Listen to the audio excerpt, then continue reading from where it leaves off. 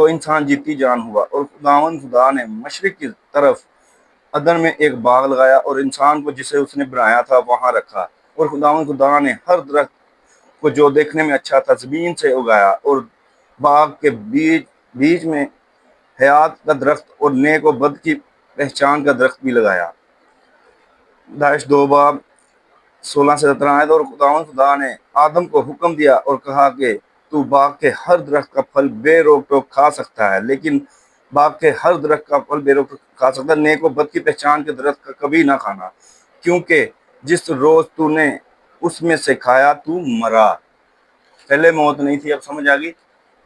خدا کا حکم جب تک اس کے جسم کے اندر، اس کے ذہن اور دماغ میں رہا، تب تک وہ فری میں سارے پھل بھی کھاتا رہا، فری میں خوش رہا، سارا کچھ کیا۔ جب اس نے شیطان کے حکم کو اہمیت دی تو پھر وہ باغ عدن سے بھی نکالا گیا اور موت بھی اس کو آئی۔ ٹھیک ہے، یہی خدا سمجھانا چاہ رہا تھا۔ آگے میں پڑھ کے بتاتا ہوں۔ پیدائش 3 باب 23 آیت سے، چنانچہ اس نے آدم کو نکال دیا اور باغ عدن کے مشرق کی طرف کروبیوں اور چوگرد گھومنے والے شعلہ زن تلوار کو رکھا کہ وہ زندگی کے درخت کی راہ کی حفاظت کریں، زندگی کے درخت کی راہ کی حفاظت کریں۔ فرشتوں کو بھی رکھ دیا اور شعلہ زن تلوار کو بھی رکھ دیا، تاکہ وہ انسان جس نے خدا کا حکم نہیں مانا وہ دوبارہ زندگی کسی طریقے سے ہی پا سکتا ہے جب خدا کا حکم مانے گا۔ اس کے بعد خدا نے انسان کو پھر باغ عدن سے جب باہر نکال دیا تو انسان پھر بھی خدا سے بہت ہی دور رہا۔ پھر خدا نے انسان کو فنا کر دیا طوفان بھیج کے، اور طوفان کے بعد اس نے نوح کے گھرانے کو بچایا، کیونکہ وہ راست باز تھا، باقی لوگ سارے فنا ہو گئے تھے۔ اور جو حکم خدا نے نوح کو کہا، اس نے کشتی بنائی، اور جو جانور خدا نے کہا وہ لے کے گیا۔ ٹھیک ہے، اور اس کے 3 بیٹے اور اس کی جو بیٹوں کی بیویاں تھی یا اس کی بیوی تھی، اس کا گھرانہ بچا، وہ راست باز تھے۔ تو راست باز بندے خدا بچا لیتا ہے۔ اس کے بعد بھی جب نئی دنیا آئی تو خدا نے پھر اپنے نبی پیغمبر بھیجے اور حکم بھی بھیجے، جو حکم عدلی کر کے وہ باغ عدن سے باہر نکالا گیا تھا نا۔ یہ کیوں کا لفظ میں بتا رہا ہوں، کیوں کا مطلب کیونکہ اس وقت تک نہیں سمجھ پائے اس کو، اس لیے اس نے کہا کہ کیوں چھوڑ دیا۔ یہ روح القدس کے ذریعے بتانا تھا کہ کیوں چھوڑ دیا۔ وہ جسم جو خدا کا جسم انسانی روح میں آیا تھا نا، اس پر ہمارے گناہوں کا بوجھ پڑ گیا تھا، اور خدا اس جسم کو چھوڑ دیتا ہے جب اس میں گناہ آ جاتا ہے، تو وہ گناہ ہمارے ہی تھے اس کے جسم کے اوپر لاتے گئے۔ ٹھیک ہے، اس خدا نے منادی کے وقت یہ بھی کہا تھا کہ میں باپ سے نکلا ہوں اور باپ کے پاس پھر جاتا ہوں۔ یہ میں آیت پڑھ کے بتاتا ہوں، یہ نا 16 باب 28 آیت، میں باپ سے نکلا اور دنیا میں آیا ہوں، اور پھر دنیا سے رخصت ہو کر باپ کے پاس جاتا ہوں۔ وہ روح تھا جو اس جسم میں خدا کا روح تھا۔ ٹھیک ہے، اس لیے اس نے یہ بھی کہا کہ میں اپنی جان، کوئی مجھ سے لیتا نہیں میری جان، بلکہ میں خود دیتا ہوں تاکہ اسے پھر واپس لے لوں۔ وہ اپنی روح خود دیتا ہے، اور یہ بھی کہتا ہے کہ اے باپ میں اپنی روح تیرے سپرد کرتا ہوں۔ میں پڑھ کے بتاتا ہوں آپ کو، یوحنا 10 باب 17 سے 18 تک، باپ مجھ سے اس لیے محبت رکھتا ہے کہ میں اپنی جان دیتا ہوں، کوئی مجھ سے چھینتا نہیں بلکہ میں اسے آپ ہی دیتا ہوں۔ مجھے اس کے دینے کا بھی اختیار ہے اور پھر اسے لینے کا بھی اختیار ہے۔ اب سمجھ آئی؟ وہ خود دے رہا ہے جان بھی، اور ہماری خاطر، اور واپس بھی پھر لے رہا ہے، پھر وہ زندہ ہو کے بھی دکھا رہا ہے ہم لوگوں کو، وہ معجزہ کر کے دکھا رہا ہے کہ موت اور قبر پر فتح پا گیا، پھر وہ واپس بھی لے رہا ہے تاکہ اسی زندہ خدا کو سب لوگ جانیں۔ پھر انہوں نے وہ بات پوری کر کے بھی دکھائی کہ وہ اپنی روح خود سونپ رہے ہیں۔ وہ میں کلام مقدس سے ہی آپ کو آیت پڑھ کے بتاتا ہوں، یوحنا 23 باب کی 46 آیت۔ پھر یسوع نے بڑی آواز سے پکار کر کہا کہ اے باپ میں اپنی روح تیرے ہاتھوں میں سونپتا ہوں، یہ کہہ کر دم دے دیا۔ اب سمجھ آئی کہ وہ خدا کا روح تھا اس جسم میں، تو وہ اس لیے ہم کو سکھانے کے لیے کہہ رہے تھے کہ اے خدا تو نے مجھے کیوں چھوڑ دیا۔ اب کیوں کی سمجھ تو آگی ہوگی آپ کو، وہ ہم لوگوں کو سمجھانے کے لیے کہ جسم میں جب گناہ آتا ہے نا، کیونکہ اس کے سلیپ پر جانے تک نہیں سمجھ پائے تو پھر اس کو یہ لفظ بھی بولنے پڑے تاکہ وہ روح القدس کی شکل میں کے بعد میں آپ کو سمجھا سکے کہ یہ لفظ کیوں بولے گئے ہیں اور کیوں وہ جسم کو چھوڑتا ہے. جب انسان کے اندر گناہ آ جاتا ہے تو پھر وہ جسم کو چھوڑ دیتا ہے. پھر اس نے واپس اپنی جان واپس بھی لی, وہ کہتا واپس لینے کا بھی اختیار ہے. اس نے موت اور قبر پر فتح پائی ہے, آپ سب جانتے ہیں. تو وہ زندہ آسمان پر بھی اٹھائے گئے. اور کفارے کا مطلب میں اس لیے سمجھانا لگا ہوں اب, جو آپ نے کہا اس پہ کفارہ دینے کی کیا ضرورت ہے, وہ خود گناہ معاف کر دیتے. تو وہ بھی دینا ضروری تھا کیونکہ انسانوں کے کام اب میں بتانے لگا ہوں اس وقت کیا تھے, وہ بھی میں آپ کو پڑھ کے ہی بتاتا ہوں کہ اس وقت انسان کس طرح کی زندگی جی رہے تھے. یسایہ 2:22 آیت, بس تم انسان جس کا دم اس کے نتنوں میں ہے باز رہو کیونکہ اس کی کیا قدر ہے. تو ایک تو یہ منع کرنا تھا کہ وہ انسانوں کو انسان پوج رہے ہیں, ٹھیک ہے. وہ کہہ رہے کہ انسان جس کا دم اس کے نتنوں میں باز رہو, یہ آیت بتا رہی ہے.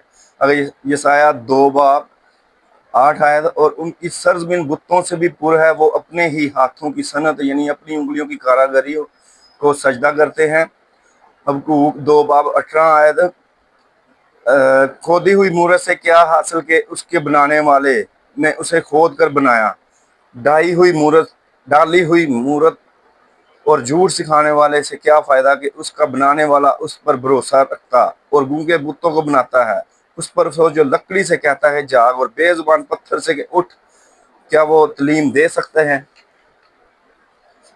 دیکھ تو سونے چاندی سے مڑا ہے, دیکھ وہ سونے چاندی سے مڑا ہے لیکن اس میں مطلق دم نہیں, مگر خداوند اپنی مقدس ہیکل میں ہے, ساری زمین اس کے حضور خاموش رہے. آگے احبار میں لکھا ہے 26:1 آیت میں, تم اپنے لیے بت نہ بنانا اور نہ کوئی تراشی ہوئی مورت یا لاڈ اپنے لیے کھڑی کرنا, اور نہ اپنے ملک میں کوئی رشتہ دار پتھر رکھنا کہ اسے سجدہ کرو, اس لیے کہ میں خداوند تمہارا خدا ہوں. یہ خدا کے آنے سے پہلے کی باتیں میں بتا رہا ہوں. پھر خدا کو انسانی روح میں مجبوراً آنا پڑا. آگے خروج 20:3 آیت سے 6 آیت تک, جو 10 حکموں میں پہلا حکم بھی خدا کا یہی ہے کہ وہ خدا کو ماننا. تیسری آیت میں لکھا ہے, میرے حضور تو غیر معبودوں کو نہ ماننا, تو اپنے لیے کوئی تراشی ہوئی مورت نہ بنانا, نہ کسی چیز کی صورت بنانا جو آسمان میں یا نیچے زمین پر یا زمین کے نیچے پانی میں ہے, تو ان کے آگے سجدہ نہ ان کی عبادت کرنا, کیونکہ میں خداوند تیرا خدا غیور خدا ہوں. اور جو مجھ سے عداوت رکھتے ہیں ان کی اولاد کو تیسری اور چوتھی پشت تک باپ دادا کی بدکاری کی سزا دیتا ہوں, اور ہزاروں پر جو مجھ سے محبت رکھتے ہیں اور میرے حکموں کو مانتے ہیں رحم کرتا ہوں.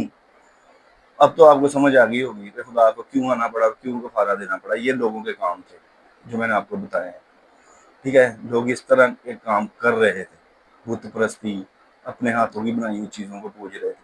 پھر خدا کو اپنا آپ متعارف کروانا پڑا, لیکن پھر بھی لوگ اس کو سمجھ نہ پائے. سلیب تب اس نے اس لیے کہا تھا کہ اے باپ تو نے مجھے کیوں چھوڑ دیا ہے, خدا تو نے مجھے کیوں چھوڑ دیا.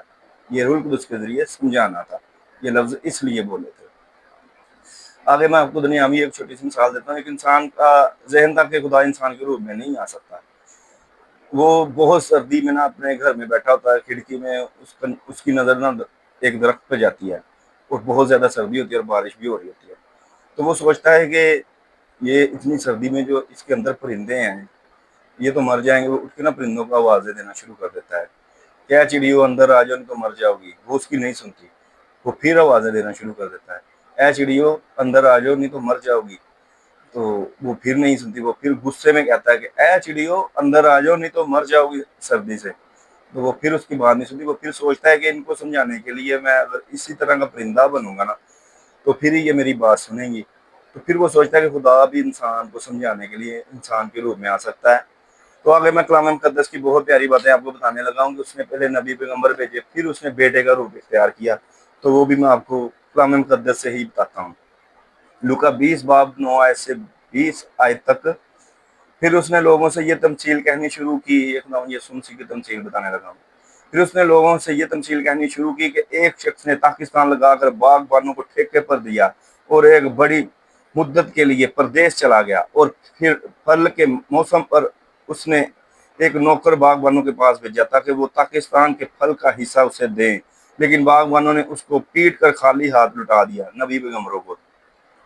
پھر اس نے ایک اور نوکر بھیجا، انہوں نے اس کو بھی پیٹ کر اور بے عزت کر کے خالی ہاتھ لٹا دیا۔ پھر اس نے تیسرا بھیجا، انہوں نے اس کو بھی زخمی کر کے نکال دیا۔ یہ سب نبی پیغمبر جو بھیجے پہلے۔ اس پر پاکستان کے مالک نے کہا کہ کیا کروں، میں اپنے پیارے بیٹے کو بھیجوں گا، شاید اس کا لحاظ کرے۔ وہ بیٹے کا روپ اختیار کر کے آئے تو شاید اس کا لحاظ کرے، لیکن وہ خود خدا تھا، لوگ سمجھ نہیں پائے اور اس کو قبر تک لے گئے، لیکن پھر بھی نہ سمجھ پائے کہ وہ تو موت اور قبر پر فاتح خدا ہے۔ پیارے بیٹے کو بھیجوں گا، شاید اس کا لحاظ کریں۔ جب باغبانوں نے اسے دیکھا تو آپس میں صلاح کر کے کہا یہی وارث ہے، اسے قتل کریں کہ میراث ہماری ہو جائے۔ پس اس کو پاکستان سے باہر نکال کر قتل کیا۔ اب پاکستان کا مالک ان کے ساتھ کیا کرے گا؟ وہ اگر ان باغبانوں کو ہلاک کر دے گا اور پاکستان اوروں کو دے دے گا۔ انہوں نے یہ سن کر کہا خدا نہ کرے۔ اس نے ان کی طرف دیکھ کر کہا پھر یہ کیا لکھا ہے کہ جس پتھر کو بیماروں نے رد کیا وہی کونے کے سرے کا پتھر ہو گیا۔ جو کوئی اس پتھر پر گرے گا اس کے ٹکڑے ٹکڑے ہو جائیں گے، لیکن جس پر وہ گرے گا اسے پیس ڈالے گا۔ اسی گھڑی فقیہوں اور سردار کاہنوں نے اسے پکڑنے کی کوشش کی، مگر لوگوں سے ڈرے، کیونکہ وہ سمجھ گئے تھے کہ اس نے یہ تمثیل ہم پر کہی، اور وہ اس کی طاق میں لگے اور جاسوس بھیجے کہ راست باز بن کر اس کی کوئی بات پکڑیں تاکہ اس کو حاکم کے قبضہ اور اختیار میں دے دیں۔ اب کفارے کا مطلب سارا ہی نکلا ہے کہ اس نے کفارہ دینے کی اسے کیا ضرورت تھی۔ ٹھیک ہے، یہ دیکھو بادشاہوں سے بھی وہ ہماری خاطر ہی دشمنی لے رہا ہے، کاہنوں سے بھی، فقی فریسیوں سے بھی۔ وہ اس کی طاق میں ہی رہتے تھے کہ اس کی کوئی بات پکڑیں اور اس کو حاکم کے سپرد کرے تاکہ وہ اس کو سزا دے۔ تو آپ کی اب دونوں باتوں کا جواب آپ کو مل گیا ہوگا، تو آپ ذرا سوچ سمجھ کے ویڈیو بنایا کریں، لیکن میں پھر بھی کہوں گا آپ بناتے رہیں تاکہ خدا کے کلام کی سچائی لوگوں تک پہنچتی رہے۔ شکریہ۔